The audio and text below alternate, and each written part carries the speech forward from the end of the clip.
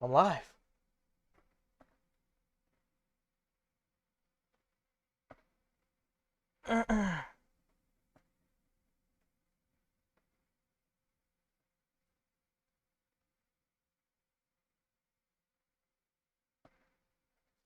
Excuse me. Alrighty then. Alrighty then. Let me just set myself a little bit more proper. Ah? Ah? There you go. Okay, have my guide up and ready. Ready? I don't know what I'm doing. Alright. It's time to begin.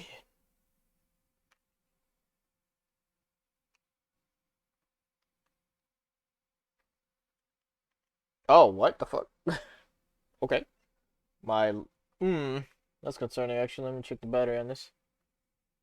You good? Alright, you good.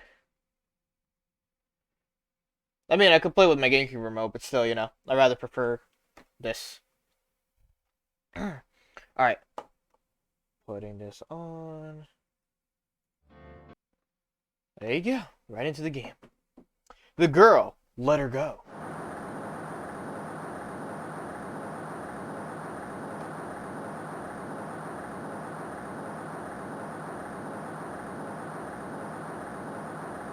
Shut up. Come closer and I'll kill her. I kill her? I kill her. Sorry, but you're not going to get the chance. Bang. He died. Or so to believe.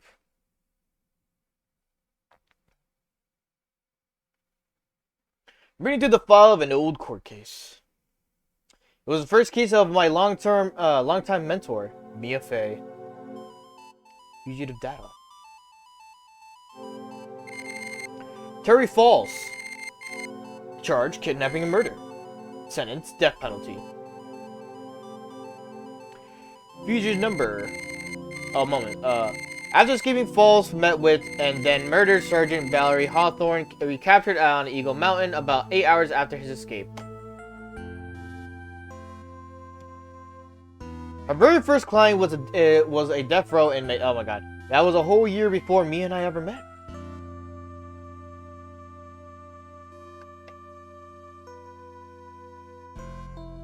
Six years earlier. Mia Fey, first trial. Forgot my water's like all the way over here. Put you on the floor. Okay. February 16, 9:24 a.m. District Court, defendant lobby numbers. I'm so nervous. I feel like I'm going to die. Never should have accepted this case. Eek! Good morning. Don't be so jumpy, Mia.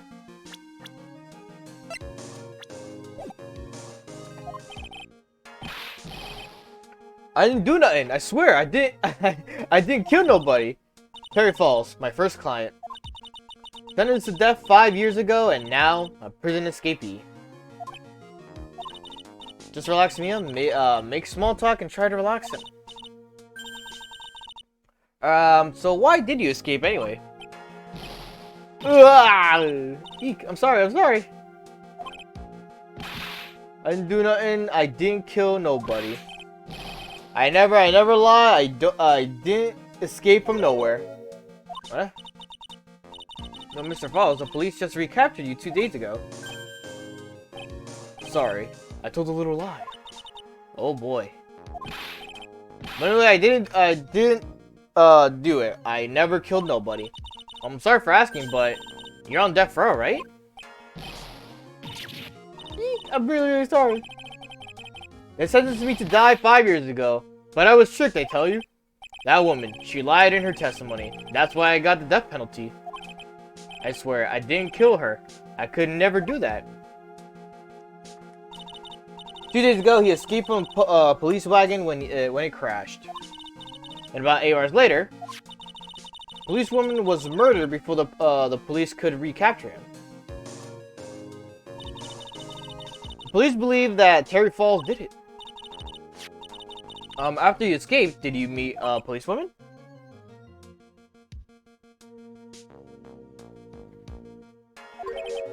Yeah, I did. She's the reason I escaped. Well, that much is true. He did meet with the victim. But I didn't kill her. She was alive when I left. She was alive. It's true. Can't trust him, right? I can trust him, right? I mean, I should. Ha. Yeah, I'm going to figure out the truth by just staring at the guy. Why are you here? I came to see how our little kitten was doing all alone in the big scary lion's den. Thought maybe you'd like someone to play with. Where is Mr. Grossberg? Ha. That old man is probably still in bed. But he's clutching an empty bottle and mumbling in his sleep. Aren't I good enough? After all, it's me, Diego Armando. I didn't say... So, Diego Armando, the finest attorney of Grossberg Law Offices is here for me. It's here for me? No. You've got it all wrong. Today, you're the finest. After all, it took an amazing amount of guts to take this case. Imagine. Escaped death row convict for our first client. Yeah, thanks. I sure wish I could get out of this. I could get out of it, though. Relax. I just heard some good news. The prosecutor for today is fresh out of his diapers as well. Really? However, unlike a certain somebody who I won't mention, he's earned a reputation as a genius since beginning his law career. A genius? Well, it's about time to head in, kitten. Sharpen those claws of yours, it's go time. A solitary confinement cell for the condemned must be the world's loneliest place. And that's what my client ran away from. Every other lawyer gave up on him, but not me. When I saw those overflowing eyes and heard that simple, childlike voice, I just had the feeling that he was telling the truth.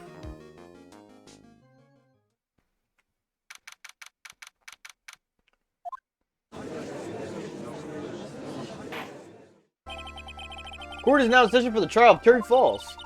His defense is ready, Your Honor. The prosecutor has been ready for a while, Your Honor. It's young Edgeworth! Oh, he's not on this list yet. A hotshot lawyer, my senior and rival at the office, a bit smug. I understand the lawyers for both sides are newcomers. Yes, Your Honor. I'm Mia Fey. Miles Edgeworth, Your Honor. So, you're the new prosecutor everyone is talking about, eh? They say you joined the prosecutor's office at quite an early age. At 20, Your Honor. Guess our little kid hasn't earned herself much of a reputation yet. Come on, Mia. You can't lose. Not to someone younger than you. Young people are running a trial. I'm not too sure how I feel about that. Is he updated on this? Yes, he is. Now then, the defendant in this case is currently a felon on death row. 2 days ago, he escaped from a police wagon. Is that correct? Precisely. The defendant is now on trial for escaping prison. On the day that, oh my god, on the day that the defendant escaped, a policewoman was murdered. We're here to determine if Mr. Falls was responsible for her death. You got it, kitten. Oh, then Mr. Edgeworth, let's hear your opening statement. Yes, Your Honor. It was 5 years ago. The defendant, Terry Falls, was sentenced to death in this very court. His crime were kidnapping, extortion, and murder. The girl he threw off the bridge was only 14 years old. It's really a horrible crime. I remember it well. There was no decisive evidence, so the trial was long and protracted. Correct, but in the end, what finally decided the case was a certain witness testimony. A witness testimony.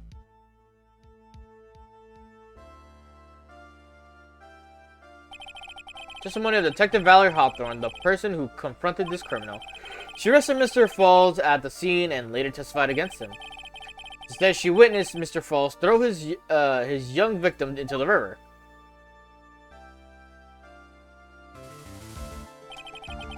For those who are not aware, Eagle River is well known for its powerful current.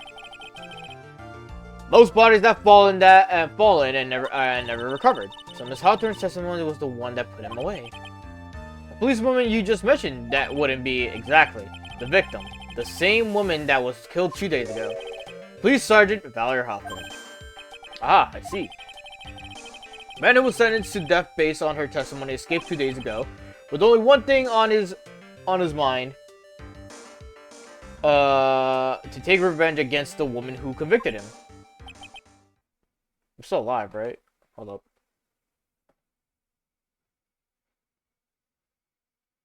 Am I not live?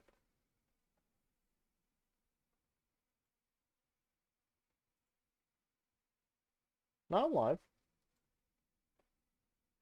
Okay, that was weird. Oh, the truth is becoming clear to me now. Huh? Yes. Quite obvious that the defendant is guilty. Wait a minute, that's not right. Let's hear the case before you decide on the outcome, Your Honor. Watch yourself, Miss Faye. I'm not sure I care for your word choice or your tone of voice. Young people these days simply don't know how to respect their elders. Why you're even younger than me, you hypocrite. Mr. Edgeworth, please call your first witness. I called the detective who was in charge of the initial investigation of this case. It's Dick Gumshoe, a younger version of him. Witness, state your name and occupation. Gumshoe, Dick Gumshoe. I am a homicide detective in charge of this case, sir.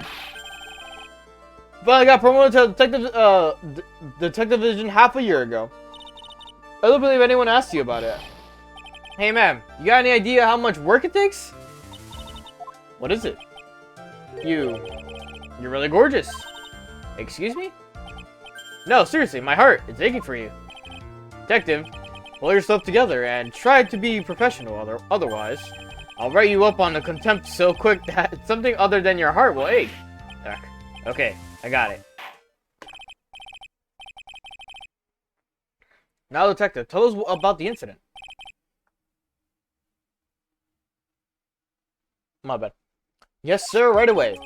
The victim was Sergeant Valerie Hawthorne, a veteran on the police force. She was stabbed in the back with a knife and died from excessive blood loss. That much is already stated in the autopsy report. The court would like to hear more details about the incident itself. Yes, sir. I gotcha. Okay. Let's take a look at this aerial map on the area here. This is a sketch of Dusky Bridge, an old suspension bridge, and the river that runs under there, the Eagle River. The victim and the defendant met there on top of the bridge. After stabbing her in the back, the killer carried the victim back to his car. He was recaptured at the police checkpoint as he was trying to make his getaway, sir. I see. Was the victim's body found on the bridge? The victim, Sergeant Valerie Hawthorne, was wearing a thick coat, sir. Unfortunately, no traces of blood were found on the bridge. Mr. Edgeworth, I warn you that I absolutely despise conjecture. If there was no blood on the bridge, then you have no proof that they even met there. Your Honor. If you will listen to the testimony we have prepared, I'm sure you'll be convinced. The two of them most certainly did meet on the bridge that day. Why, Mr. Edgeworth, I'm not sure I like you wagging your finger at me as though I were some hoser. To proceed with your testimony. Yes, sir. Here we go, Mia. Hang on. Okay, now, listen carefully, kitten. One little mistake, and this guy will drink you for morning tea. Trust me, and get ready.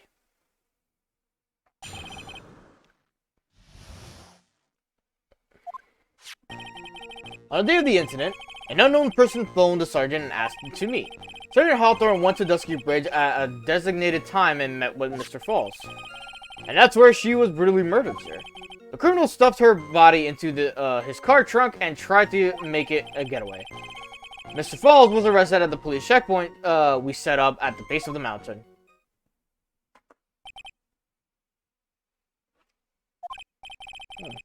Well, you certainly have established an importance on the bridge. Naturally. Now, would the defense please hurry and proceed with the cross-examination? Yes, Your Honor. Cross-examination coming up. Hey, settle down, kid. You keep trembling like that, you're gonna make me spill my coffee. I'm not trembling. It's just cold in here. Alright, hold up. My glasses. I always have to clean my glasses.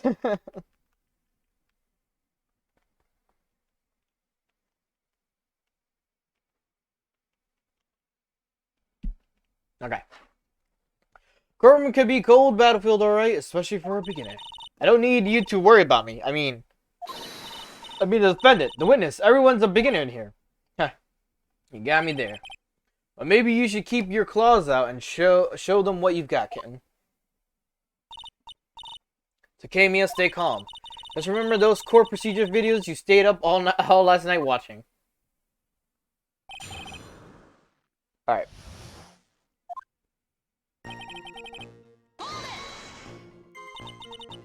This unknown person, you have no idea who it might be, right? Sorry, but I'm afraid I do. What? The one who called Sergeant Hawthorne was the defendant, Terry Falls. What? The defendant? The defendant called her? Sergeant Hawthorne was a very thorough person, sir. She left a note about her phone call with Mr. Falls. Hello? Yeah. A top secret memo that she left in her desk. According to this note, it seems the one who called her to the bridge was indeed the defendant, Terry Falls. Whose bright idea was it to keep that note from me? Ha, looks like the judge is even more sure of his verdict now. Listen up. Never ask a question if you don't already know the answer. The detective's fault. He's the one that said unknown person. Hey, now don't make that face at me. I just said it that way because the prosecutor told me to. Was that a trap? With that cute face, I didn't expect him to be so sneaky.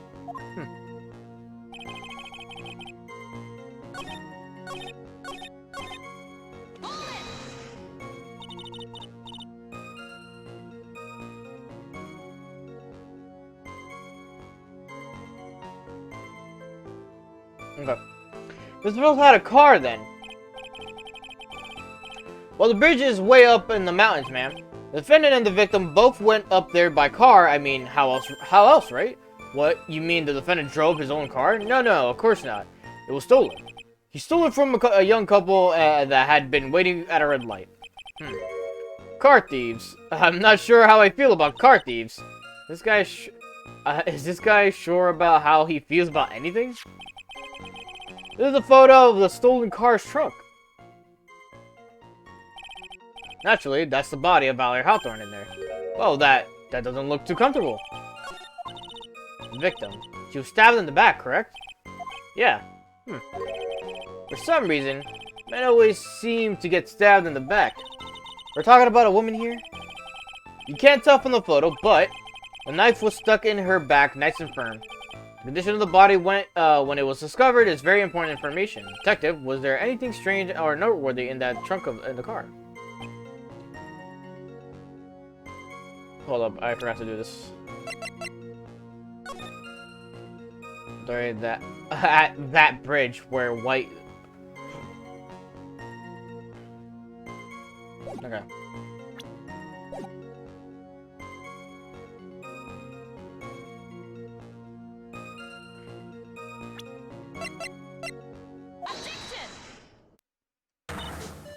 Witness!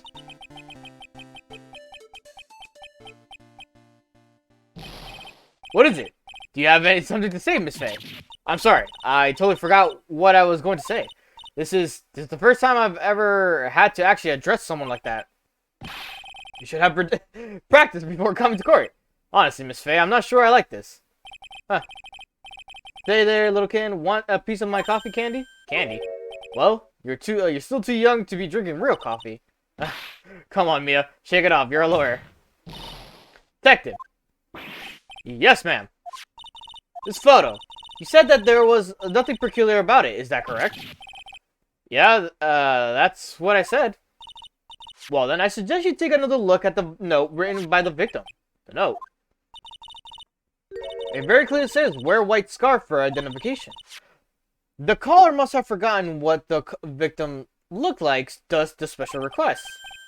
I have one very simple question for you, detective. Where is the white scarf? I can't seem to find it in this photo. Well, to be honest, we didn't find it in the trunk, ma'am. You stopped there, you should have had looked for it. Ah!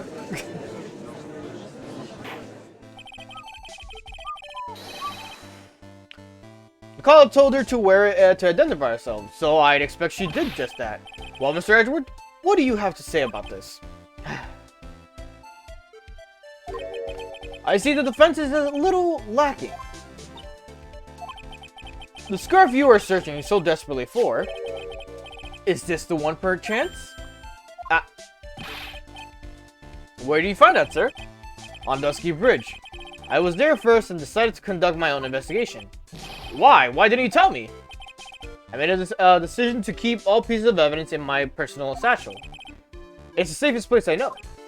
That hat sure has a flair for the dramatic. Not exactly white, as the caller requested, but as you can see, it's close enough for what it was intended for.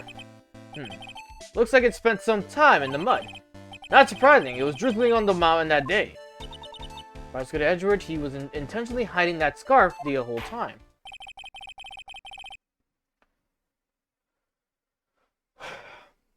The court will accept the scarf into evidence. Now, if the attorney for the defense is finished embarrassing herself, I'd like to move on with the testimony. That is alright with you, isn't it, Miss Faye? Boy, would I like to wrap this scarf around his marmy little neck. Very good. Now, if we're done with the mud-covered scarf business, the prosecution moves to establish conclusively, and with hard evidence, that Miss Hawthorne and Mr. Falls did indeed meet on the bridge that day. Further, we will show exactly what occurred there. That's quite promising. I can't wait to hear all about it. Everything is moving on his whim. Don't forget, kid, there's a reason why everyone considers this kid a genius. A genius, huh? Event on Dusky Bridge. Actually, there's an eyewitness who was there when the incident took place. This photo was accidentally taken by the witness. It shows the victim wearing the scarf, sir. It was using that day. Unfortunately, it's a little hard to see what's going on. Anyway, the criminal shoved the victim down from behind and stabbed her in the back. That must have been when the scarf fell off. Yeah, this photo. Really, you really get the sense that the bridge is very high up. It is about a 40-foot drop from the bridge to the Eagle River down below. Mr. Edward, who took this photo anyway? Let's just say that it was a well-intentioned third party. Aha, potential witness. So why isn't this person in the courtroom? Well, they said they absolutely did not want to testify. The person is in question is very delicate, Your Honor. Besides, as long as we have this photo, we see no reason to compel them to testify. I'm not sure how I feel about that. So as you can see, Terry Falls had both the motive and the opportunity. I think it's quite clear at this point what happened to the bridge. The truth is becoming clear to me now. Huh? Yes, it's quite obvious that he's clearly guilty. But again, that's not fair. I haven't even done my cross-examination yet. What do you mean,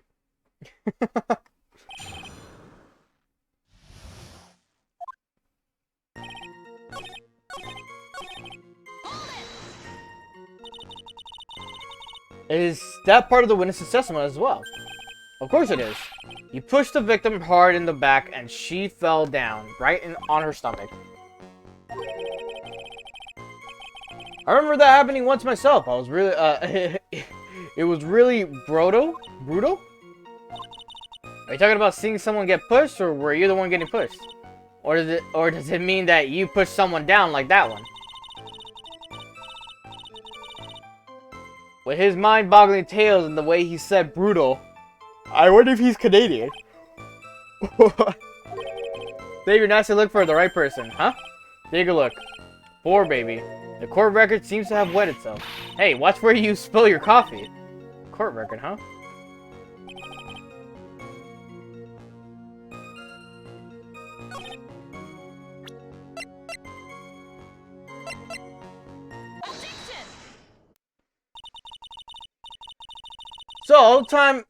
So at the time of the crime, there was a little light drizzle coming down, correct?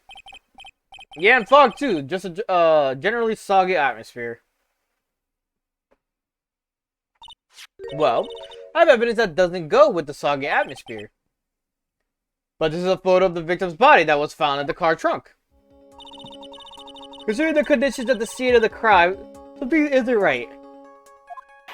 Oh my god, why am I yawning? Well, by all means, please enlighten us as to what isn't right.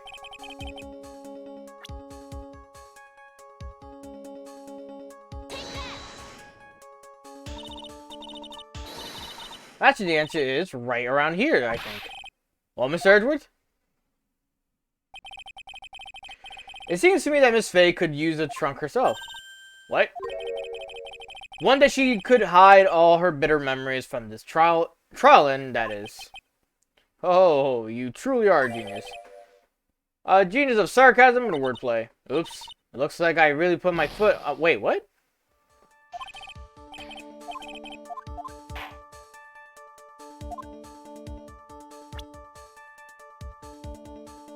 Did I point at the wrong spot? Yeah, actually, the answer is right here. The victim's coat? As far as that... Yeah, I guess I put it at the wrong spot. Because, see, there's nothing strange about it. That's exactly what's strange. Recall the testimony. What were the conditions on the bridge that day? It was drizzly and foggy. Dusky bridge, it was all wet. If the victim really had fallen down on her stomach on top of the bridge, then the front of her coat should have been covered in mud. That's exactly right. The other day, I fell on a muddy street, and my gorgeous playoff beard was befouled. I do admit that the crime scene was quite wet that day. However, that doesn't mean that that on top of the bridge itself was muddy. If your honor had fallen in the shower instead of... Wait, what? If your honor had fallen in the shower instead of on a muddy street, your glorious hockey beard, pride of the legal league, would be wet, but not muddy. Fortunately, I have yet to test that. Still, your point is well taken. Can you prove that the surface of the bridge was muddy that day? The surface of the bridge, huh? Huh. Real man wouldn't stand for a taunt like this. Neither would a real woman. Of course I can. Here's the evidence that proves the surface of the bridge was muddy. Scarf. The evidence is this scarf. Ah! It should be obvious. If the scarf fell onto the bridge and got this muddy, it means that the bridge was obviously covered in mud. No, I can't be outwitted by a novice bimbo. Hey, same to you, buddy. This phase of assertion makes perfect sense to me. I do admit that there appears to be a contradiction between the condition of the victim's coat and her scarf. However, the real question is, why is there a contradiction? Huh? For every contradiction, there exists an explanation. Let's look at what the explanation in this case may be, shall we? Alright. It's not like he's really giving me a choice here. Ha! You're doing pretty well, for a little kid. Mr. Armando. No matter what he says, a contradiction always comes down to a lie. It's either the victim discovered in the trunk, the witness's photo showing the defendant and the victim, or the witness's testimony that stated she saw the moment of the murder. Just relax and think it over. It's pretty simple, isn't it? The false evidence. It's one of those three.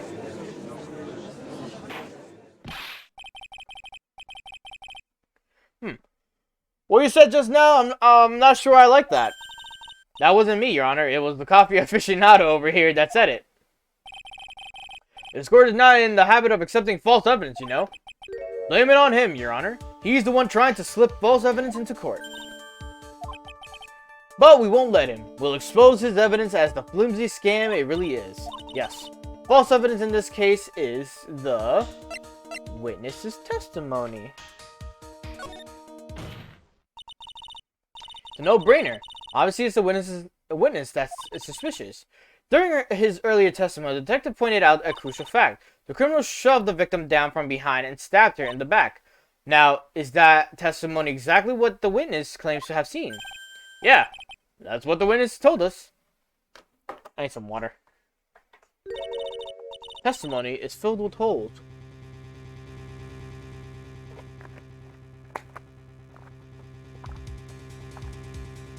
I should probably expand my left side of my avatar so that way it doesn't like clip too much like this.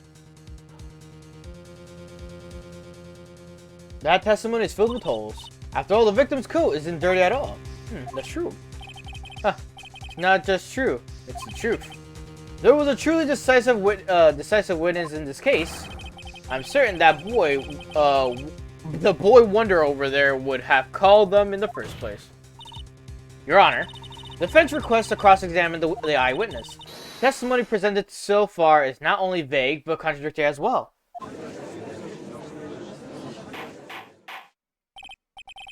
Well, Mr. Edwards, it appears that we'll need to hear from your mystery witness after all. You should brace yourself for the brutal truth. Your Honor, the prosecution has no intention of hiding the witness from the court. We are prepared to present our witness at any time. Very well. Please bring forth your witness at this time. What Mr. Edwards said kind of worries me. What does he mean by the brutal truth? Brutal truth. Brutal. Now let's proceed with the testimony. Mr. Edwards, please go right ahead. Thank you, Your Honor. Prosecution summons the woman who saw the events that day with her very own eyes. This is it, Mia. The battle begins here.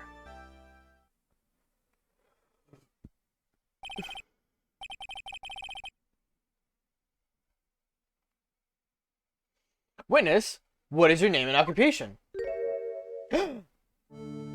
Is that Dahlia Hawthorne? I mean, it's so silent that I can't hear. I can hear their hearts going pitter patter. Doki doki. Oh. I look at you. How can I put it? You look as scrumptious as a double and a dozen donut holes. I feel like I want to hurry up and hand down a verdict just to have a bite. Hey, not so fast.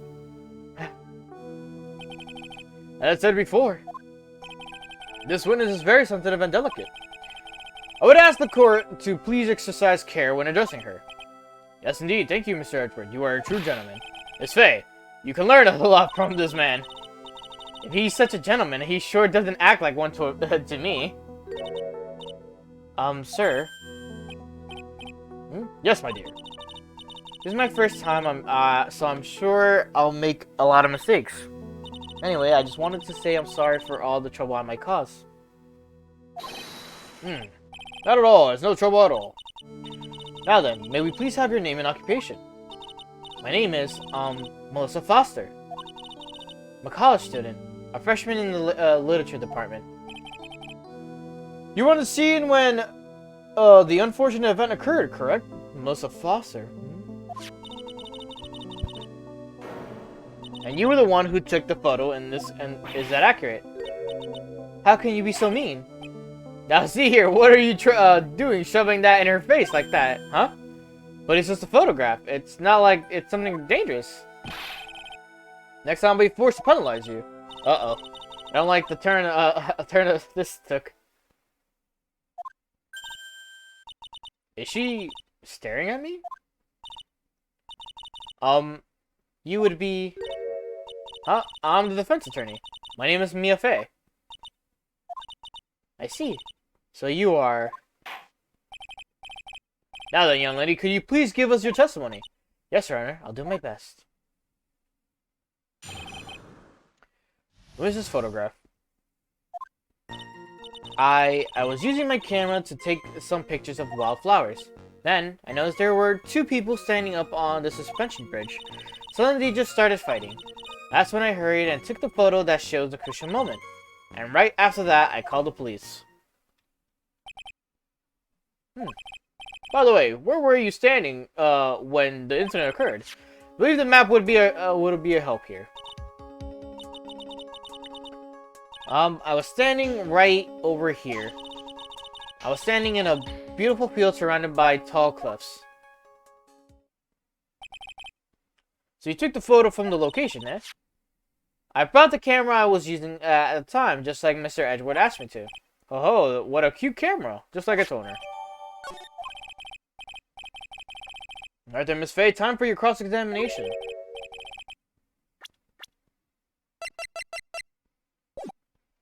But I warn you, make the witness cry again and you'll feel the wrath of my gavel.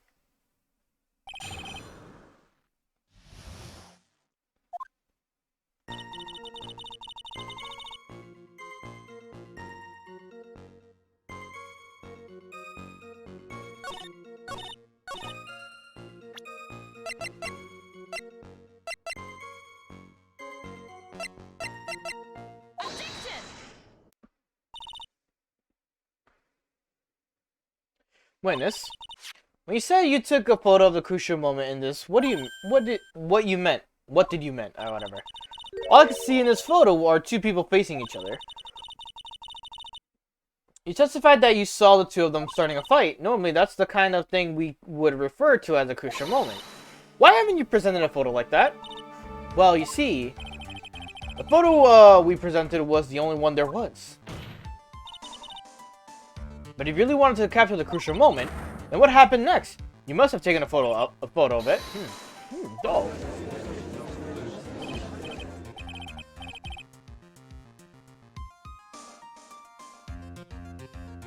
My apologies, young lady, but Miss Faye's assertion is not without a certain amount of merit. You can certainly downplay a situation, can't he? I'm sorry, I'm a very bad girl. I used it all up. The film, I mean. You ran out of film? Or this photo was the last one. What? Unfortunately, that is the truth. I personally examined all the photographs she took that day. All the other photos are of the witnesses herself, playing among the wildflowers. The witness herself? Then who took the photos? Well, you see, my camera has a timer feature built into it. So you took a photo of yourself. I remember taking some photos of myself once too. Please, no details. It seems that Mrs. Faye's hesitation was not so decisive after all. Wait, just a minute. Well, if she had no film left, she could have very well taken more pictures, eh? Miss Foster, perhaps then you could tell us about the different sort of photo. Photos of the incident that you took with your very own eyes. Miss Edgewood, you're quite the poet. Let's get back to the cross-examination. Let's hear your thoughts on the fight with the witness. Jesus.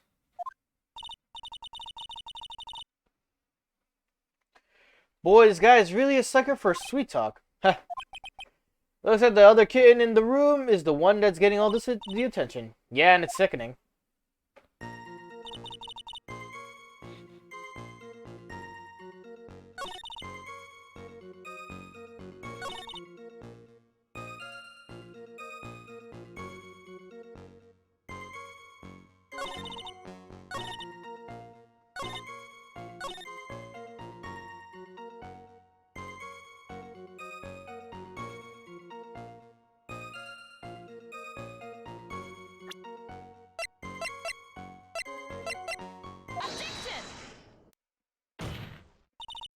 Witness, if this one is a joke.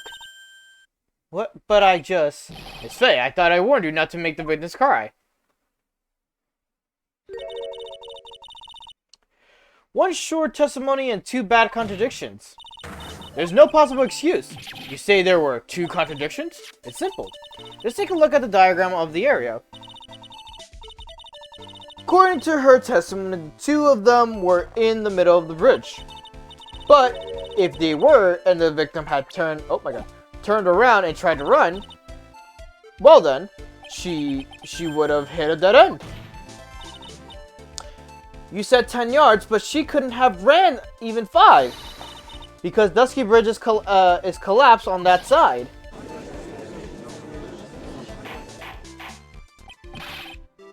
What does it all mean? Very simple, Your Honor. The charming little witness told a charming little lie. That's all there is to it. This beautiful young lady has been lying to the court? Just a moment, Your Honor. Mr. Edgeworth. Your Honor, allow me to personally apologize for the confusion. What do you mean? There's one major mistake in this diagram. What did he say? What are you referring to? It's all because this diagram was made after the incident occurred. It's a very old bridge, we couldn't find any official blueprints of it. So you're saying... I'm saying that even though this bridge is currently in disrepair, there's no evidence that can prove that the bridge was broken during the incident. That's ridiculous. You can't actually tell the condition of the bridge from this photo. I apologize to the court for not being more clear when I presented the evidence.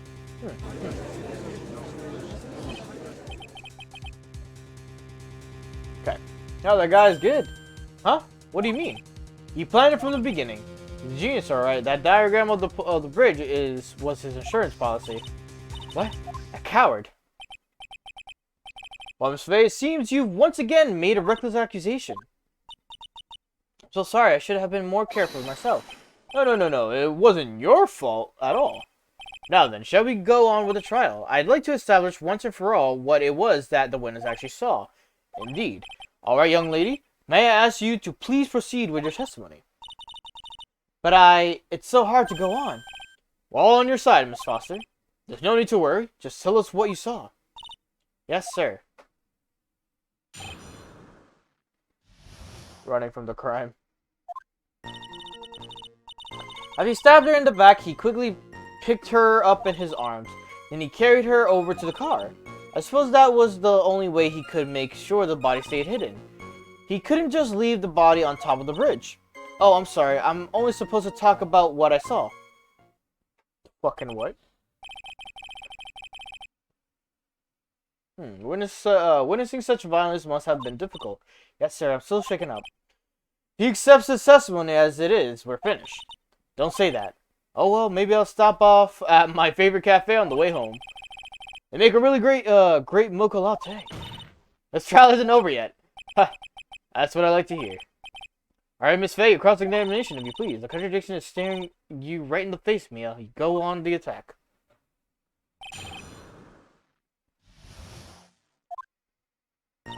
One, two, three. I suppose that was the only way he could make sure the body stayed hidden.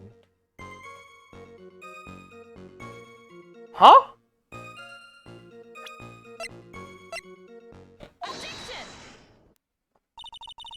Killer not wanting his victim to be found, I can understand that. However, the idea of moving a body for that purpose is clearly odd.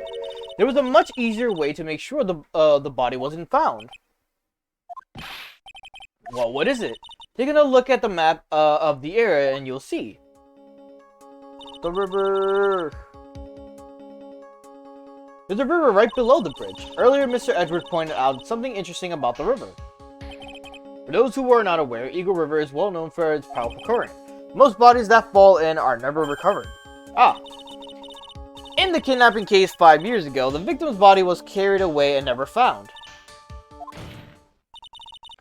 If 10 murders were to occur at the same spot above the Eagle River, you can bet your boot that every other killer would have tossed the body in the water.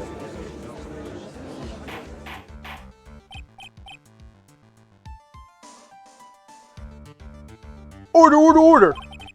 Order, order, order! Order, order, order!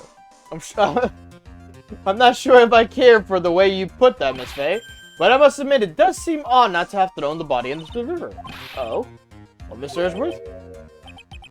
How sad. Perhaps Miss Faye would do well to try taking a dip in the river herself. After all, you claim to be such an expert in the ways of nature. What are you talking about? My point is that no matter how odd you may find the killer's method of body disposal, The fact is that this is what the killer did. None of your arguments have anything to do with what the witness saw. Quite true. Miss Faye, it seems that your assertion is without merit after all. But what the witness claims to have seen is totally ridiculous. Surely can't deny the body we found in the trunk of the car. That's certainly consistent with what the witness has told us. Please, witness, go on with your testimony. I'll try. All you have to do is tell us only what you saw. Otherwise, the mean lady might yell at you again. Who is he talking about? Alright, I'll do my best.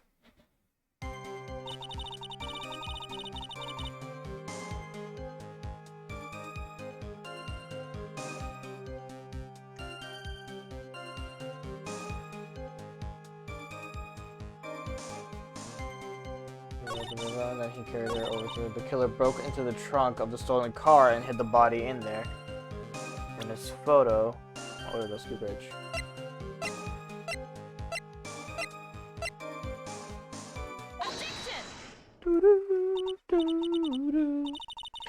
Well, Miss Foster, it looks like you've done it this time. Done what? Made a crucial mistake. A crucial mistake? Like what, Miss Faye? The killer broke into the trunk of the stolen car and hid the body in there. You're saying you saw that, right? With your very own eyes? Yes, and? It's simple, Miss Foster. Take a look at the diagram. This place you claim to have taken the photo from that day is here.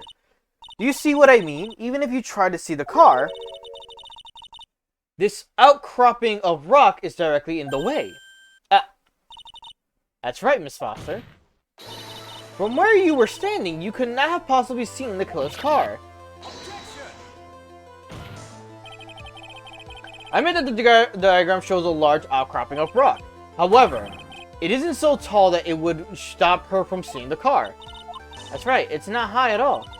I was able to see his car just fine. I'm so sorry, but that just doesn't wash. I believe it was the witness who presented this as evidence to the court, yes? This is the location that the photo was taken from. Your own photo tells the whole story. You can clearly see that the left side of the bridge, but the outcropping that is being referred to is really more like a cliff.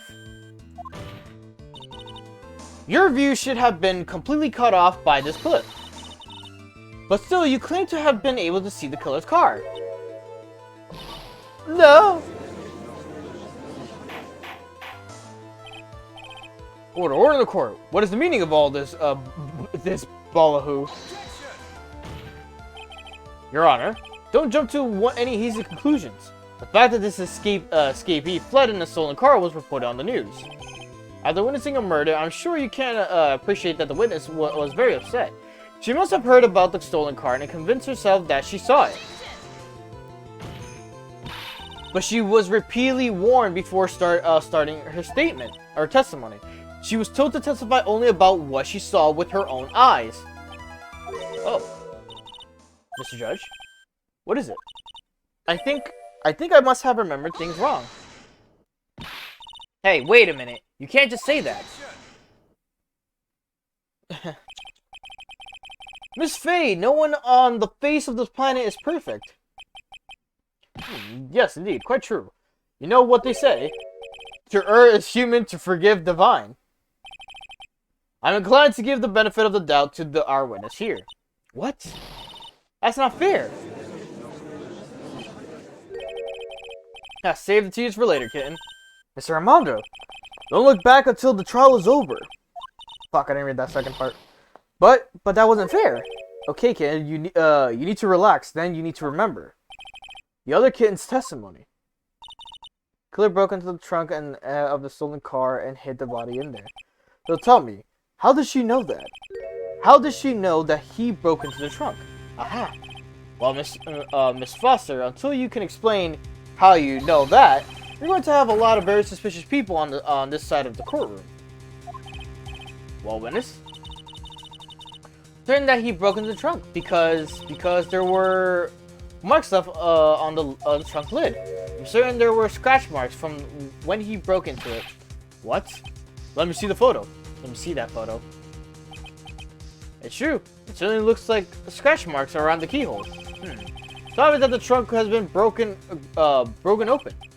Well, Miss Faye, are you satisfied? The judge is on her side. I can't make any mistakes here. What she just said, is there a contradiction in there somewhere? It doesn't work. Melissa Foster, looks like you finally betrayed yourself. What? You said you were in the field taking photos of wildflowers, but even so, you knew about the scratches. The question is, when? When did you get the chance to see those scratches? Finally. Finally got her. Huh. We're getting pretty tired of waiting over here. And perhaps it would be faster if Miss Faye explained herself. Your Honor, there's only one possible explanation. The reason the witness had seen the scratches was she is the owner of the car. She put the corpse in herself. She happened to be passing by. Okay. There's only one way that the witness had the chance to see those scratches. Yes, what is it? Naturally, when she opened the trunk and stuffed the corpse in herself. The person who really hid the body in the trunk of that car was Melissa Foster. It was you that did it, wasn't it? That's ridiculous. I could never. It was a man in the prison garb. He's the one that... I don't think so. Miss Foster. If Mr. Falls had been the one that put the corpse in the trunk, he would have simply used a car key. There was no need to break it open. But he stole the car. He stole it from a young couple that had been waiting at a red light, which means that the key would have still been in the ignition. Oh, I see. Thank you for telling us about the scratches, Miss Foster. Without that, we never would have uncovered the truth. That it couldn't have been Mr. Falls that put the body in the trunk. No! Preposterous. You suggested the witness put the body in there. If that were true, then how do you explain the photo that she took? The corpse could only have been put in the trunk when the incident occurred. And we already know that at the time, she was taking the photographs. Now is your chance, Mia. Finish this thing? On the contrary, I'm not so certain about that anymore, Mr. Edgeworth. There's no need to think too deeply about it. What I'm saying is the shutter for this may not have been pushed by Miss Foster herself. Let's take another look at this camera and see what features it has, shall we? It has the timer built into it, even a mini tripod. Why, it's almost as if she had bought this camera just to take this picture. What are you trying to say then, Miss Faye? Then when the crime occurred, Miss Foster wasn't in the field as she claimed? Well, if she really did use the camera's auto timer, then the answer is yes. She was somewhere else. Exactly. She was not in the field.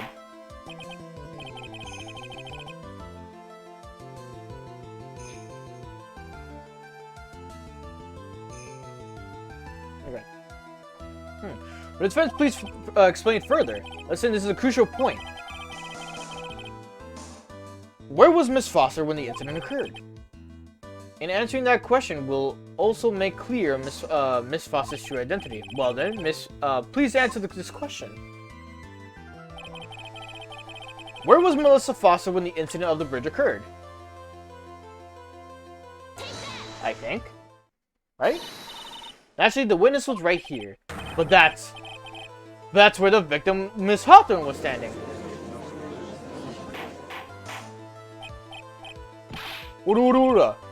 Miss Faye, what on earth? Your Honor, if I may. After parting with the victim on the bridge, the defendant fled by car. But this would be that there was no time to put the victim in the trunk. In other words, if someone put the body in the trunk, it could only have been before the defendant met the victim. How asinine. Of course Mr. Falls met with the victim. The only person with the opportunity to have put the victim in the trunk is the same man that killed her, Terry Falls. You still don't understand, do you, Mr. Edgeworth? By the time the witness photo was taken, the victim was already dead. The person in the photo was not Valerie Hawthorne. What? I never heard anything more ridiculous in my entire life. Then who exactly is the victim in this photo?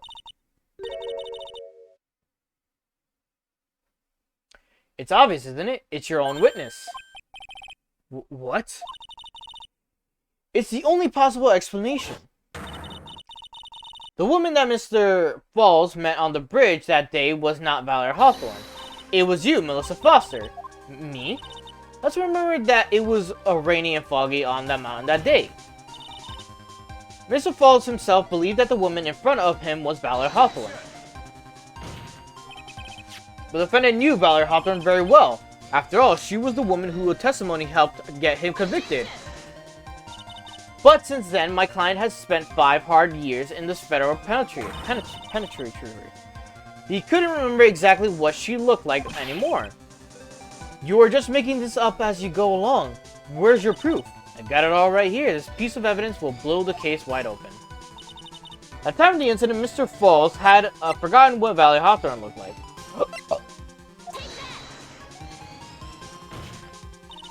Mr. Falls had forgotten the victim's face. That's why he needed some piece of identification, namely the muddy scarf. It was Mr. Falls who requested that she wear this scarf to identify herself. That's already been proven by the note of the victim has left. In other words, as long as you were wearing a scarf like he has, anyone could have pretended to be Valerie Hawthorne. Valerie.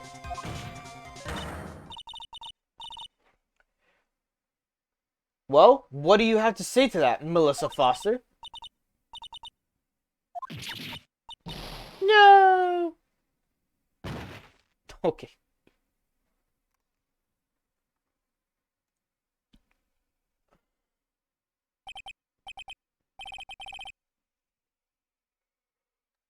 Oh. Sorry. Oh, where's Mrs. Foster? She's collecting herself in the lobby. It's obvious that Melissa Foster did it. She hid the body in the trunk and disguised herself as the victim. Set up the camera to snap a fake photo of them together. The only question is, why did she do it? Well, isn't that obvious? She's the real culprit. Ha. Well, we'll have to wait for Miss Foster to compose herself before we start again. Till then, this court is in recess. The defense and the prosecution are both to wait in their respective lobbies. Yes, Your Honor. Understood. This court is in recess. Whoa!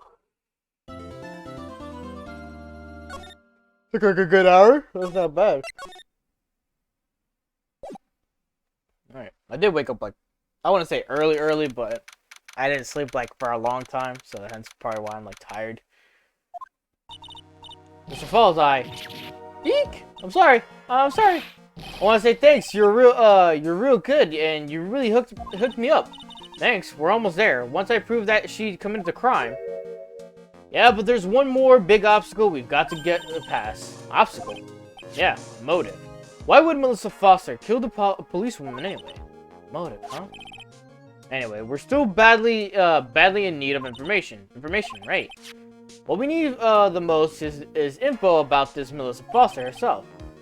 All we know is that she's a student studying literature. And one more thing. What is it? Well, the incident that happened 5 years ago, of course. The kidnapping murder case that Zebra Boy is on death row for.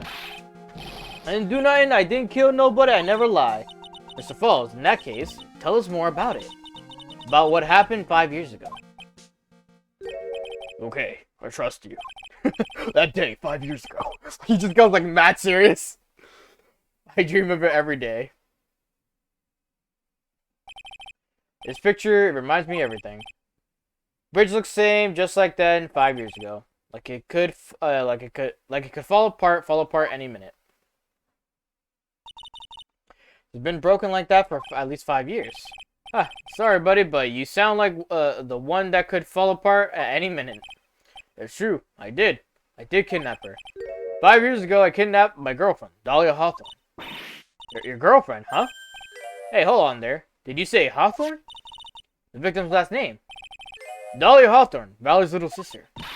What? Are you serious? The girl let her go.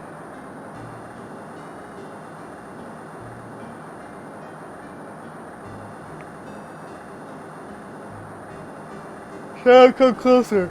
I kill her. Sorry, but you're not going to get the chance.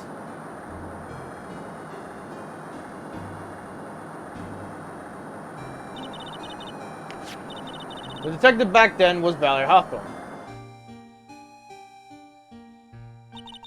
At first, I thought shooting someone for a kidnapping was crossing the line, but if it was to protect her little sister, I can understand why she did it. Wrong. No protect sister. Valerie betrayed me. Betray us. What do you mean she betrayed you? Everything. All lies. All make-believe. Kidnapping too. A make-believe kidnapping. Dahlia, my girlfriend. I love my teen angel. Did he actually say my teen angel? He's seen one too many soap operas. Real quick. This man is 25. 5 years ago, he was 20. Melissa Foster, who is obviously Dahlia Hawthorne, is 19. 5 years ago, she was 14. What the fuck is going on, Capcom? What the fuck? I do anything she says, anything Dahlia says. Anything Dahlia says. Hold on a minute. What you're saying is that the kidnapping 5 years ago was planned by, yeah, me and Dahlia, and Valerie too. Valerie was in on it. Dahlia's family is rich. Jewelry business, we get one jewel, that's what we thought. Me and Dahlia wrote kidnap note, we sent to her dad. Ask for $2 million diamond, tell him make exchange on Dusky Bridge. We tell him Valerie make transfer cause she knew detective. Having a police detective in your pocket is a useful thing, alright. In the end, you were planning on splitting the $2 million 3 ways, huh? Yeah, but that woman.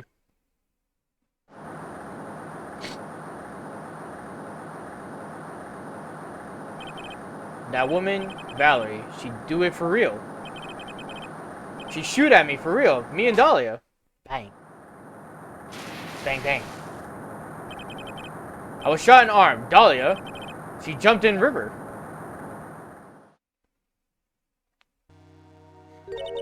Jump? You don't mean she jumped on purpose, do you? I couldn't do it. I could never push her. Anyway, I blacked out. I wake up with police all over. And that's when they decided to give you the death sentence. I couldn't believe it. That woman, she betrayed me.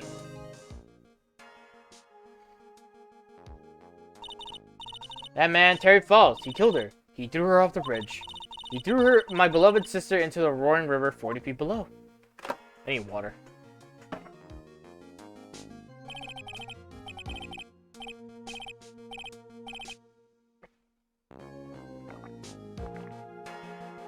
These 5 years, all I wonder is, why? Why did she lie?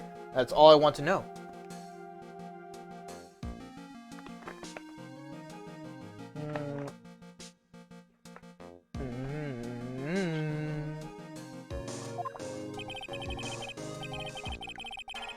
So that's why you called her. You wanted to hear the truth from Valerie herself. Yes, but I forgot what she looked like, so I tell her to wear a scarf. I don't want to hurt her. Just ask why. Why? Why did you lie? Why did you betray me? I just want to hear answer come from her mouth, that's all. That's why you made a crazy escape like that. Just one thing, Zero Boy. My senses are tingling all over. Tell me, Mr. Foles, where is it? Huh? Where's what? Come on now, kitten. The ransom. The $2 million diamond. Remember that now? Did you give it back to Pops? Did the police take it? I don't know. Huh? You don't know? No, really, I don't know. It's gone. With Dahlia. With Dahlia? That day on the bridge. Dahlia put it in backpack. She just dove. Now gone with Dahlia. Gone forever. In Eagle River.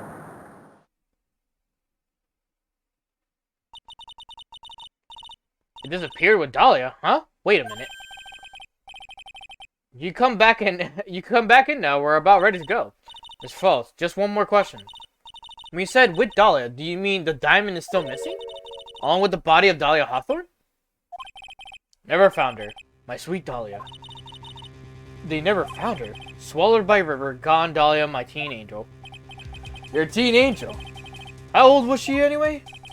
Just 14. 14? I guess you were robbing cradles before diamonds. She plans a fake kidnapping and disappears into the river with a rock with 2 mil. Man, oh man, angels these days. Balls takes the fall and gets one-way ticket to death row. Is Dahlia Hawthorne an angel, or is she really a... It's time, kitten. Looks like we have a few more aces up our sleeves now. You bet. Turning wheels come off now, Mia. You got to strike while the iron is hot. That's one of my rules, remember it.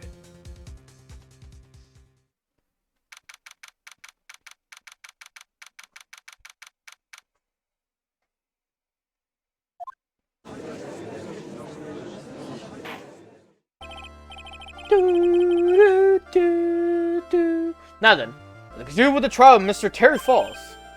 Witness, are you feeling better? Yes, Your Honor. I try my best. You're a brave young lady.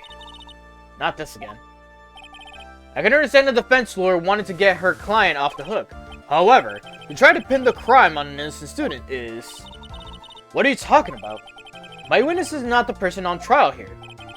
She's an innocent bystander who witnessed a violent crime. That's all. What possible reason would a girl like this have for murdering a policewoman? It's certainly hard to imagine this woman is a murderer. Her motive, huh? I figured that's what I had to establish next. Well, Miss Faye, do you have any evidence on the motive? Yes, of course. I think. Ha. You're still acting as tame as a kitten. Mr. Armando, listen. A lawyer is someone who smiles no matter how bad it gets. Smile on the outside, well, your guts are twisted in knots is the mark of a pro. Maybe so, but I wish you would quit grinning at me like that. Excuse me, may I speak, Mr. Judge? Of course.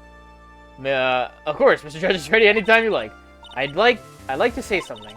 Some people here are suspicious of me, right? That's why I at least wanted you, Mr. Judge, to know that it's not true.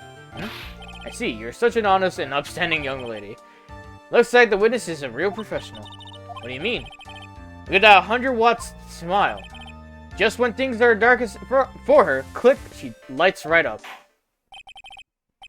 Very well done. Then let's hear what the witness has to say.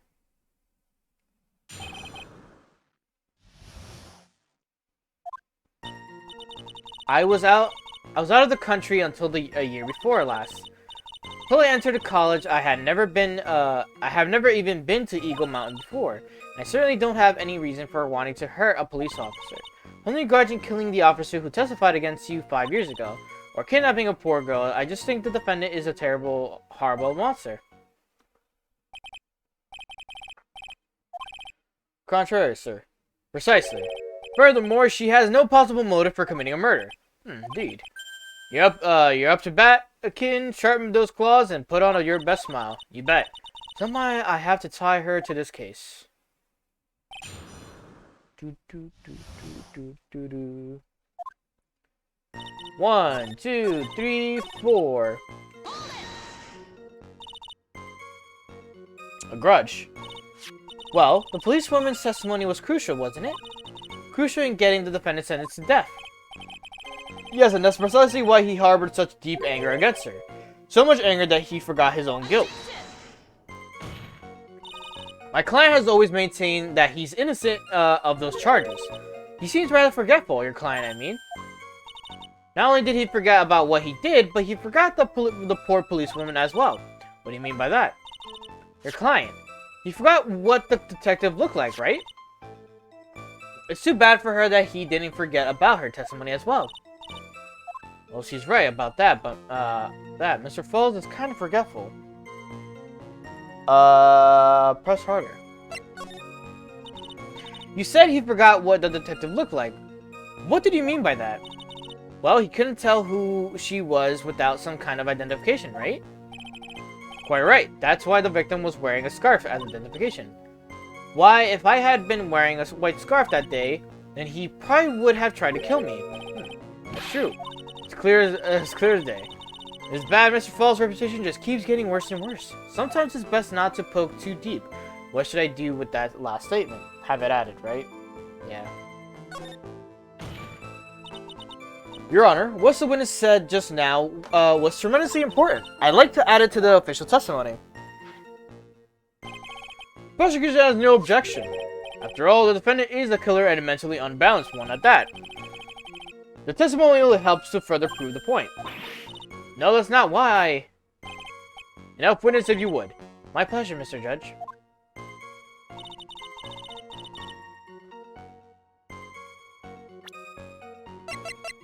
Either the scarf or the victim note. Objection! Witness, I want you to look at this photo you took. It's hard to see in the photo, but look at the scarf that the victim wore as identification. Ah, you were talking about the scarf right here, right? Eh? Yes, that's it. The scarf the policewoman was wearing. Got her now, just don't mess up. That's strange. In your testimony, you stated the following. I guess I'm lucky I wasn't wearing a white scarf. White. This is the scarf you identified as belonging to the victim. But it certainly doesn't look white to me. Oh.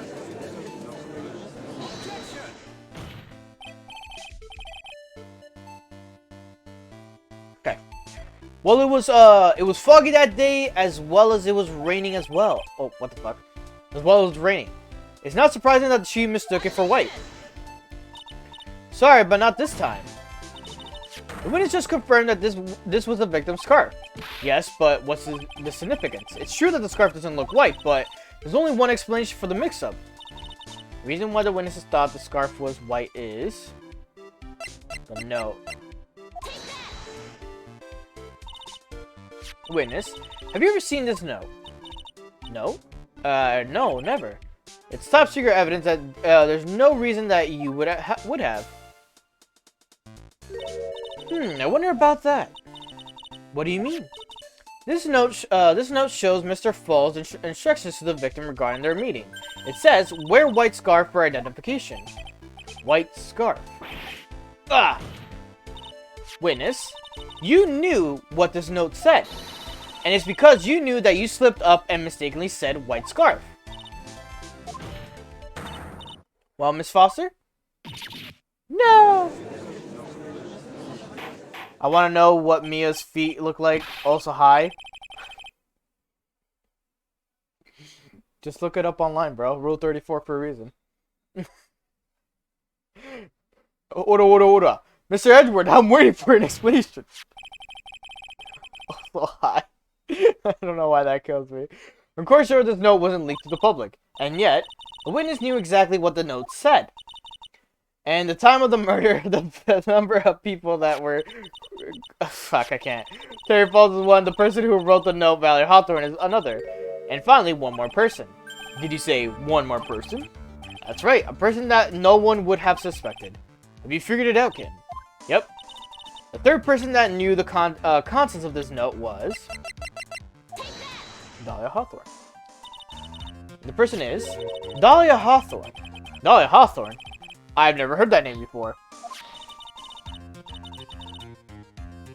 Wait, what? Okay. Okay. With the victim note, this is what it says. Talk to Dahlia, tell her this time there is her name right there. What's this? So, who is this person, this Dahlia Hawthorne? Miss Faye must be desperate oh my god. Miss Faye must be desperate if she's trying to bring the dead back to life. The dead? Dahlia Hawthorne was the victim's deceased younger sister. She was killed in a crime 5 years ago. Killed in a crime? You don't mean... Yes, she was kidnapped and killed by Terry Falls.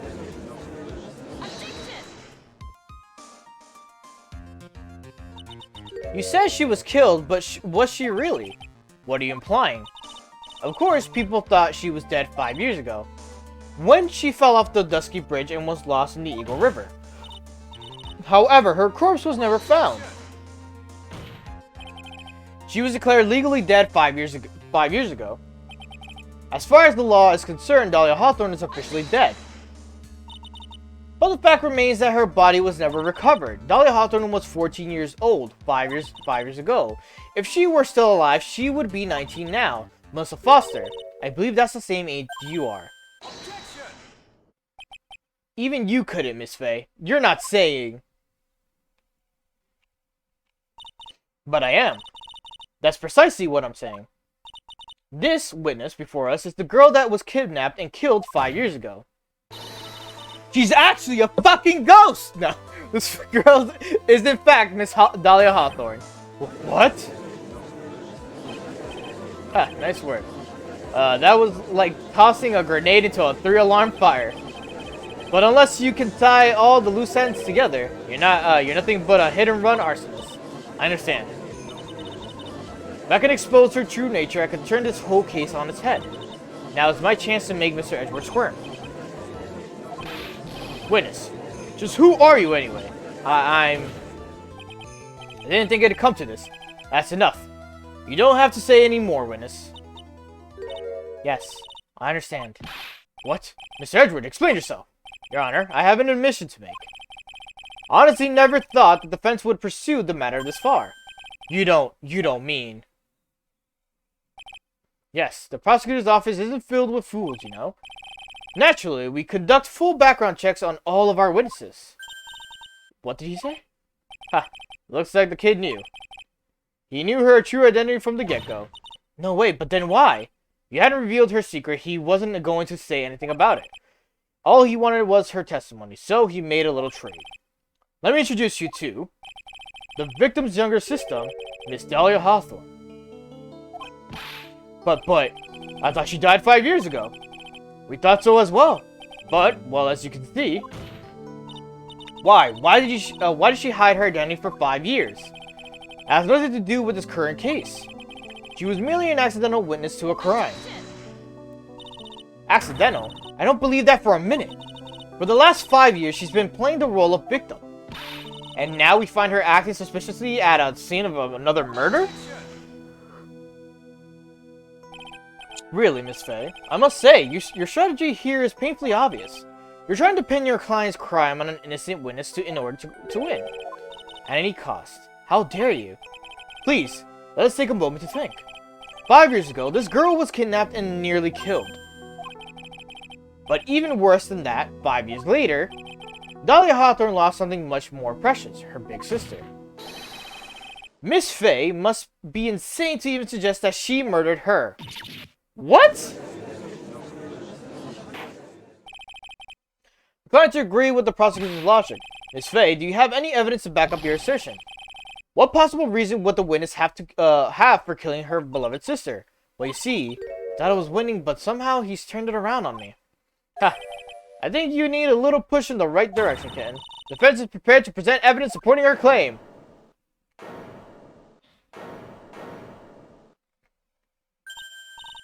That wasn't me. It was this guy. This crazy coffee addict. I think we've heard enough empty threats from you, old man. What makes you think they're empty, boy? Because your protege looks like she's sweating bullets. I am sweating bullets. Think you're in a tough spot, huh? Of course, aren't I? Nope. You've just arrived at the moment of truth, that's all. Whether you win or lose, that's up to you. Up to me. The rashness of youth, how charming. It's coming from someone younger than me. Now then, let's not waste any more time, Miss Faye. What motive would this witness have for murdering her own sister, Dahlia Hawthorne? The victim's note? The story starts after Terry Falls escaped. He called Valerie and told her he wanted to meet. This is the note she left. It says, talk to Dahlia, tell her this time the whole truth must come out. Valerie Hawthorne gave Dahlia a warning. She told her she was going to reveal to the world the whole truth. The whole truth.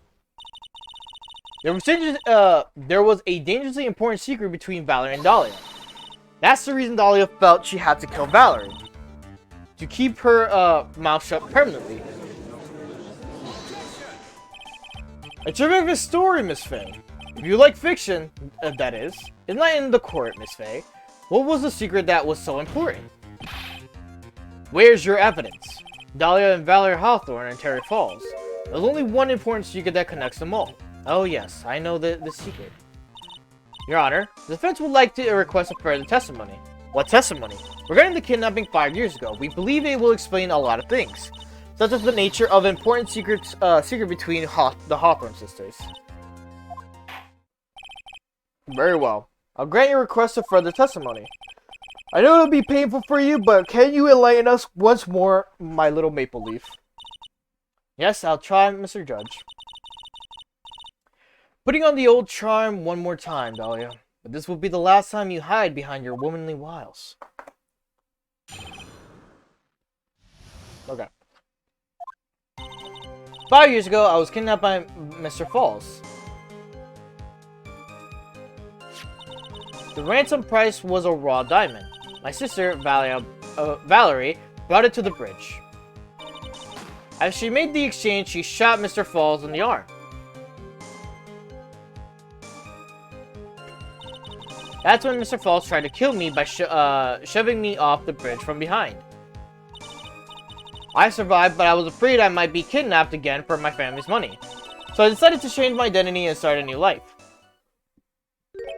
The kidnapping left her emotionally scarred. With her sister's help, she left the Hawthorne family and started all over again. And we're to believe after all that, she murdered her sister. Preposterous. Thank you, Mr. Edward. Miss Faye. Yes, Your Honor. As you heard, the witness is still traumatized from the kidnapping. I'll ask you again to be extremely gentle in your cross-examination. Mr. Edward got the jump on me again. Ha! If we're not allowed to fight, then let's twist some arms. Listen up. We still got that info. That ace up our sleeve. What info? Come on, kid. Don't say you've forgotten already. The fact that the kidnapping 5 years ago was staged. That's right. It was a fake kidnapping. Terry Falls told us that in the lobby. We don't need a flashback to this, but what the fuck ever. I do anything she says, anything Dahlia says. What you're saying is that the kidnapping 5 years ago was planned by, yeah, me, Dahlia, and Valerie too. Yes, that's it. The fake kidnapping is your best shot, Mia. That's your secret.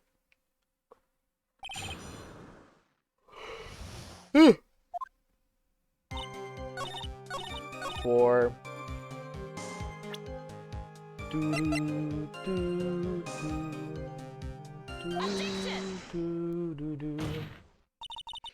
You say that Mr. Falls pushed you into the Eagle River. However, that's hard to believe.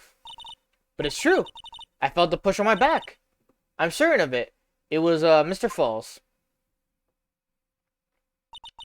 I'm sorry, I guess I wasn't clear enough. I shouldn't have said that's hard to believe. I should have said that's impossible. Impossible? I asked that the court recall the condition of Dusky Bridge now and 5 years ago. The bridge hasn't changed one bit in the last 5 years. If someone had pushed you from behind as you have claimed, instead of being carried away by the river, you would have been splattened. You would have been smashed by the bedrock below. I'm most certain death. Do you understand now, Dahlia Hawthorne? The very notion that my client pushed you from behind is impossible. Ah! Your Honor, this event occurred 5 years ago. Why, for all we know, the water level in the river may have been a bit higher back then. But it's 40 feet from the bridge to the river. A small change in the water level wouldn't have made a difference.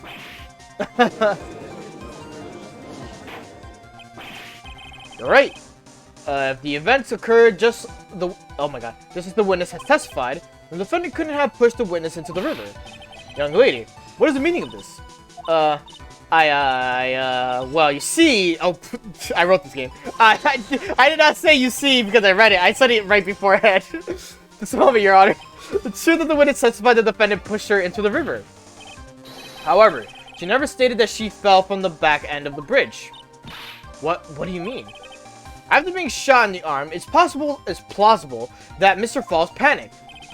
Therefore, he could have unwittingly pushed her off the side of the bridge. If that's true, she would have fallen into the river. Well, Miss Hawthorne, is Mr. Edgeworth's explanation correct? Now that you've mentioned it, I do remember now when I fell off the bridge. Oh, how fucking convenient! My skirt got caught on one of the bridge's side wires. You can't be serious. Or in the court. See, Miss Faye's assault has finally reached its conclusion. But now we have no time to retreat. Unfortunately, this is just the start of Miss Faye's assault. What? I believe her reasoning went something like this, Mr. Edgeworth. After being shot in the arm, it's plausible that Mr. Falls panicked. Therefore, he could have unwittingly pushed her off to the side of the bridge. However, once again, I am forced to say that's impossible. Ridiculous. What's so impossible about it?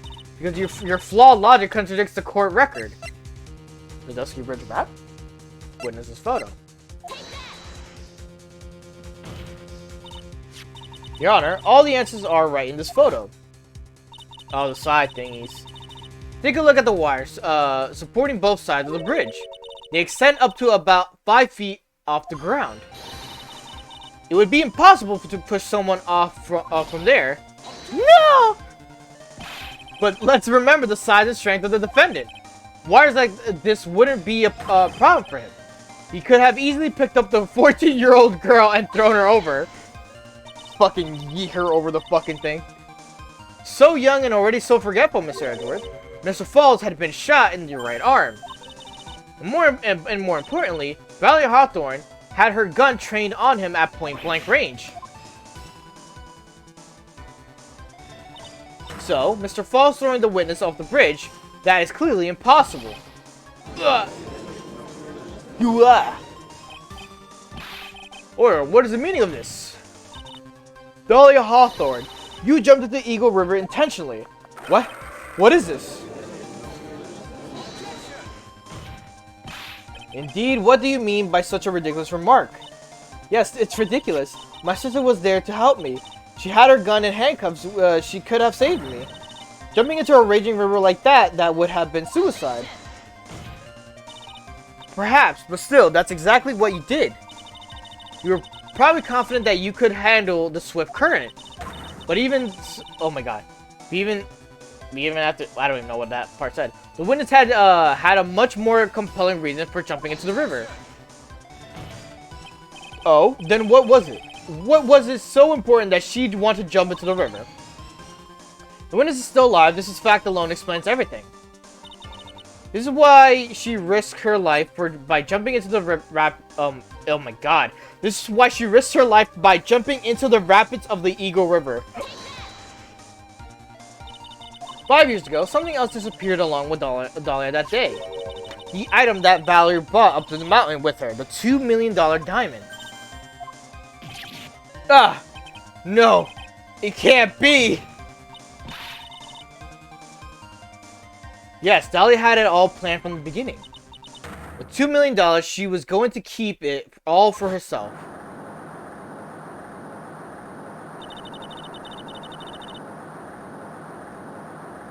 She forced her oh my god. She forced Mr. Falls to help her fake the kidnapping. Bang. Bang, bang. The last minute, she betrayed him and threw herself into the river. With the ransom tucked away safely in her backpack. Why, that's simply ridiculous.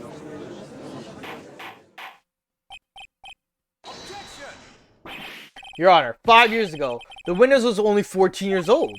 Do you really think a 14-year-old is capable of such a demonic plan? Yes. This woman is the demon. This woman is the demon. There was one more person who helped make a demon out of her. Her sister, Valerie Hawthorne. You mean the victim was involved in the kidnapping plot as well? But she was a detective then. You're saying she participated in her sister's kidnapping? Precisely. I'm sure that it weighed heavily on her conscience for the past 5 years. This is the sole reason behind the victim's murder. What do you mean by that? On the day of the murder, after receiving the phone call from Mr. Falls, Valerie called her sister Dahlia, and then she told her what she was planning to do. She was going to tell the whole truth, and she wrote it in her note. That is what sealed Valerie Hawthorne's fate. That is when you hatch your demonic plan to kill 2 birds with 1 stone. A plan that would ensure neither of your accomplices to the kidnapping would talk. And that is why you killed your sister, Valerie Hawthorne. I keep saying Valera. Who was that? Laughing at a time like this. Her true side has appeared once again. Dolly's not even hot. Why is everyone like fucking so like simping over her? Forgive me, it's just hilarious. Witness, is that you? You amuse me, woman. Miss Mia Fey. Mia's like 10 times hotter.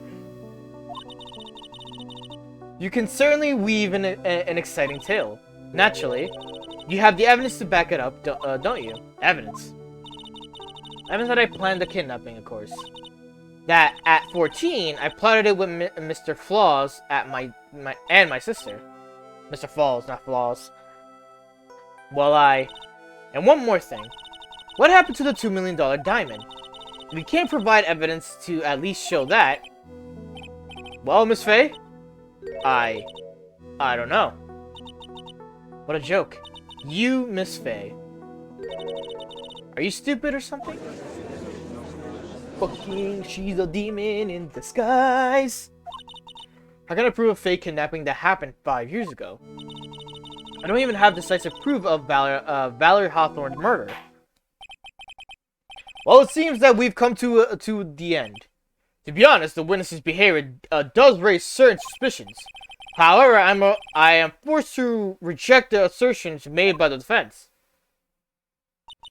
Of course you are. Is this it? Is it really over? That girl has made a fool of me and there's nothing I can do about it. Ha! Without evidence, the trial is over. Who decided that? Mr. Armando. Come on now, kitten. Haven't you figured out that you can make your own rules? For example, even if there's no evidence, there's still testimony. Testimony? On the day in question, Dahlia Hawthorne murdered her sister, Valerie Hawthorne. She hid her body in the trunk of Mr. Fall's stolen car and then went to meet with him.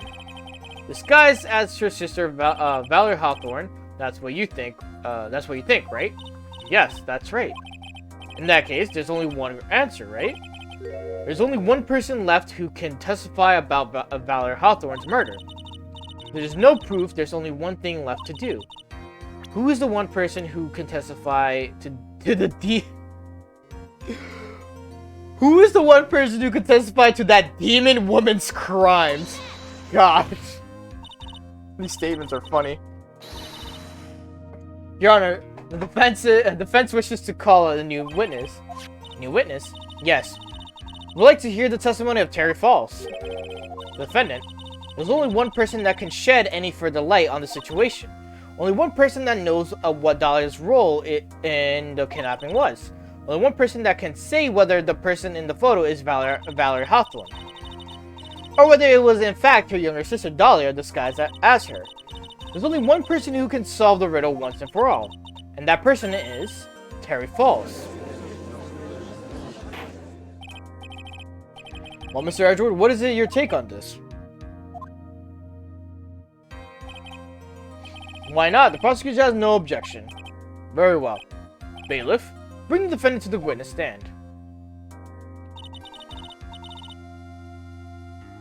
My last chance, Mr. Falls. My last chance to establish Dahlia's guilt.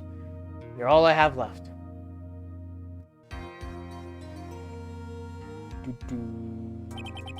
Defendant, you've heard everything that's been said up to this point, yes? I don't believe it. No way. Dahlia died 5 years ago. Valerie betrayed me. Mr. Falls, I don't know what she said to you 5 years ago, but one thing is clear. Dahlia is very much alive, and you were used for $2 million. That's not true. Mr. Falls, there's only one question I want to the answer to. 2 days ago on Dusky Bridge, who did you meet? Was it Valerie Hawthorne or was it Dahlia Hawthorne? Dahlia, did you betray me? 5 years ago, she promised never ever betray each other. Terry? Dahlia? It's true. It's true, you are alive. You don't trust me anymore. That makes me sad.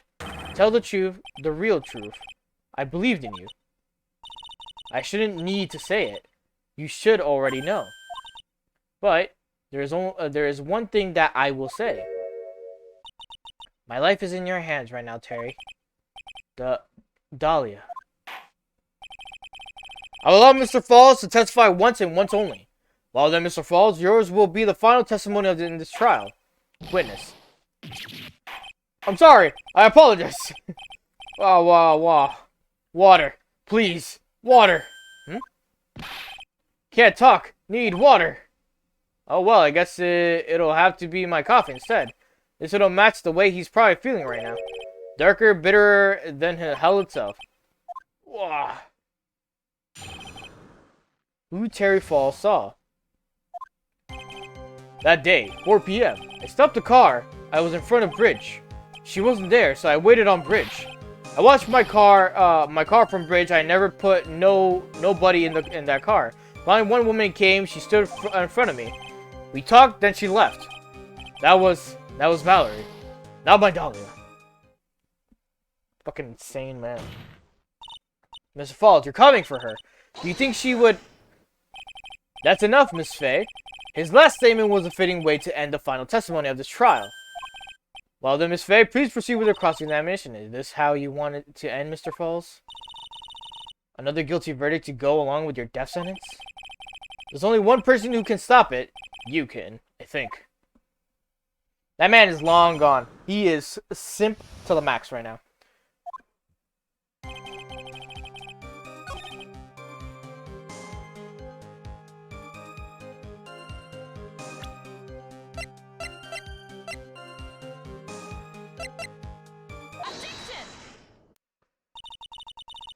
So we got to the bridge, no one had arrived, huh? So you waited on the bridge. You sure of that? Yeah, I'm sure. You're sure, huh? Well then I'm sure too, Mr. Falls. I'm sure that you're lying. Huh? What? Oh, I would love to hear your rationale on this, Miss Faye. You want to know who arrived at the bridge first? Just look at this photo. It's perfectly clear. Obviously, the person that came first would be the one at the end of the bridge, right? But that's the victim at the end of the bridge. Precisely my point. In other words, Mr. Falls, you must have arrived at the bridge after she did.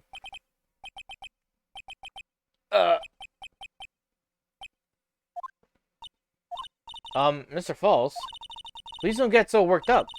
We just want the truth. I got there around 4 o'clock, it's true. I had somewhere to go. Special place. Did you go to a special place before you went to the bridge? Yeah. It's an old temple about 15 minutes from the bridge. 5 years ago, me and Dahlia, we promised each other. We swore we wouldn't betray each other. She brought a memento to represent our love. Memento. 5 years ago, I hid it under base of tree there. It's a special memory for me. This is it. This is what I went to get. This little bottle of, on a necklace is your memento. It's quite charming, but it looks empty. Your Honor, you heard what my client said. He arrived at the scene at 4 o'clock. But he then left his car unattended and walked away. He was gone for approximately 30 minutes. With that much time, Dahlia Hawthorne could have easily hidden the body in the trunk of his car. No! Indeed, there certainly was enough time for it. I've got a chance. Mr. Falls, there's no mistaking it. Huh? Mr. Falls?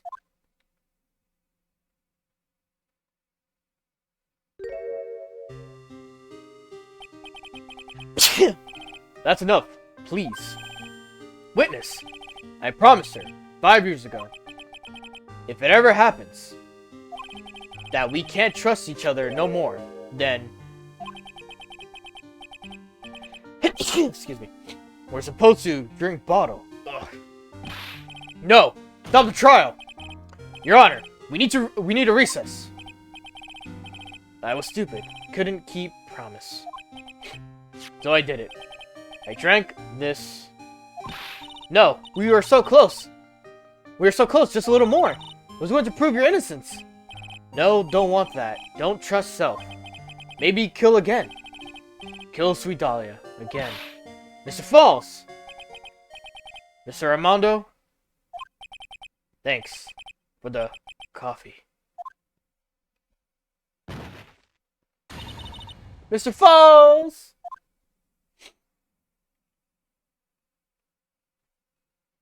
Dead man. Just there. And so my first trial ended, suddenly and tragically. It ended with no winners, only losers. I ended up with a wound that cut so deep into my soul, I thought I'd never heal. I'm sure it was the same for the young prosecutor as well. But one person, the true criminal, Dahlia Hawthorne, she left the courtroom with a secret smile on her demonically sweet face. Calling her the demon child, literally. Unforgivable, that witch. Mr. Armando. We were so close to the truth. It was right there in front of us.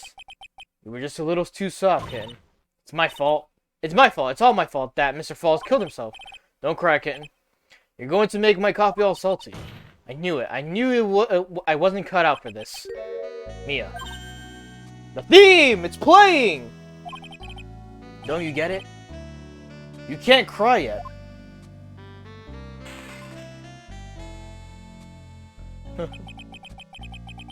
The only time a lawyer can cry is when it's all over. Mr. Armando!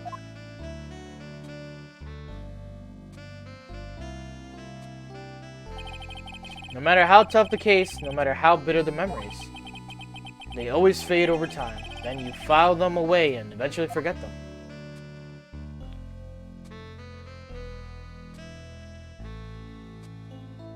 Back to Phoenix.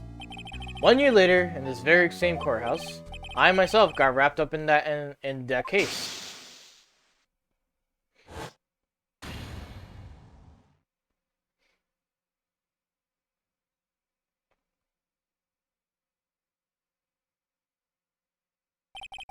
Only after that did Dahlia Hawthorne get put on trial for her crimes.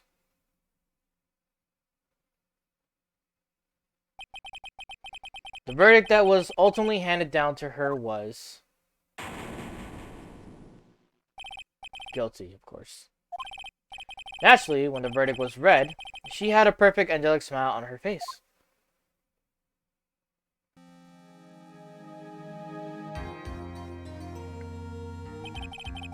It was finally all over. At least, that's what I thought at the time. Unfortunately, I couldn't have been more wrong. It's been 5 years, but now something has happened that's made me remember all of this.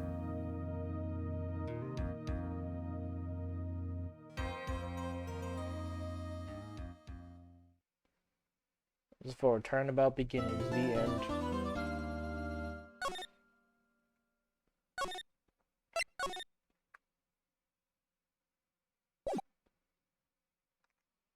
Alright, time for the very, very, very long trial.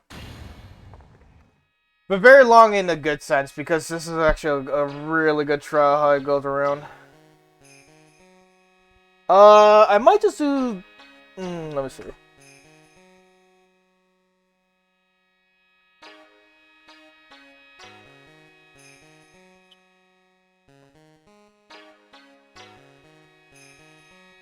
You know what? This might be a good stream for next week then. To be infinite, the choices limitless. This is what will happen next week. Short stream, but it's kind of for the best. One merciless point. They're all intertwined. When the silver cord, the fragile thread that binds us to the world, is severed.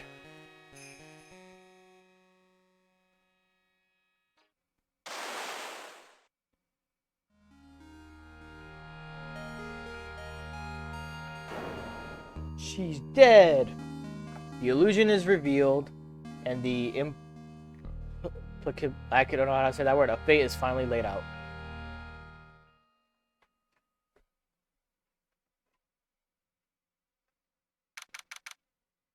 Put a banger.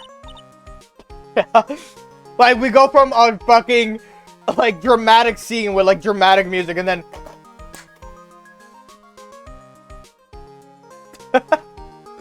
Alright. But I do want to call it at this point because I think what I want to do is going to be the entire trial. And I believe that's going to be at least, let's see here. Okay, we got, I'm gonna read it out right now real quick. Part 1 of 1 investigation. Part 1, 2 investigation. Part 2 trial. Part 2 1 trial. Part 2 2 of trial. Part 3 1 investigation. Part 3 2 investigation. Part 1 trial. No, part 4 1 trial. Part 4 2 trial. Part 4 3 trial. It's gonna go that in depth. I think it'll be like a good long stream to do too. That way, you know, we just kind of like get the 3rd game finished, and then like the week after, I can finally go into full-on blind of like the next games, which would be the Miles Edgeworth game now. Because we have the first Miles Edgeworth game, then we have the next Miles Edgeworth, then we're gonna go into Apollo Justice, then Dual Destiny, Dual whatever. It's just gonna be a lot of shit. We still have like, oh, I don't know, 6 more games to fucking go. But yeah. That is the reason I truly love fucking the 3rd game out of the entire trilogy, and I hope it doesn't truly change over going through the next games and so on and so forth, is the fact that it's how in depth that the whole thing comes around. Like from the first game, some things from the 2nd game, like and then like the 3rd. This 3rd game has like truly everything fucking revolving around like their history, which is how Mia started as a lawyer, and like how she went about like this first case and then her 2nd case. And then, like, how it's connected to Phoenix in the future. And, like, how, like, Phoenix has to now deal with this shit. It's a whole fucking thing. But, yeah. I can't wait for it next week. It's gonna be fun. Alright. Hopefully, my stream schedule actually comes through and I go for it. Meaning, Thursday, Final Fantasy? Yes, I hope. Friday, Disgaea? Yes, I hope. And then Saturday, fucking Phoenix Wright, Ace Attorney, the finale of Trials and Tribulations, for sure. Other than that, though, good times. Good times. I'm gonna call it a night. Hope to see everyone next week. Whoever's watching me, I appreciate it. Whoever dropped by, I always appreciate it. Whoever said hellos, I appreciate it. So on and so forth. But yeah, I'm gonna call it a night. Bye, Jenny.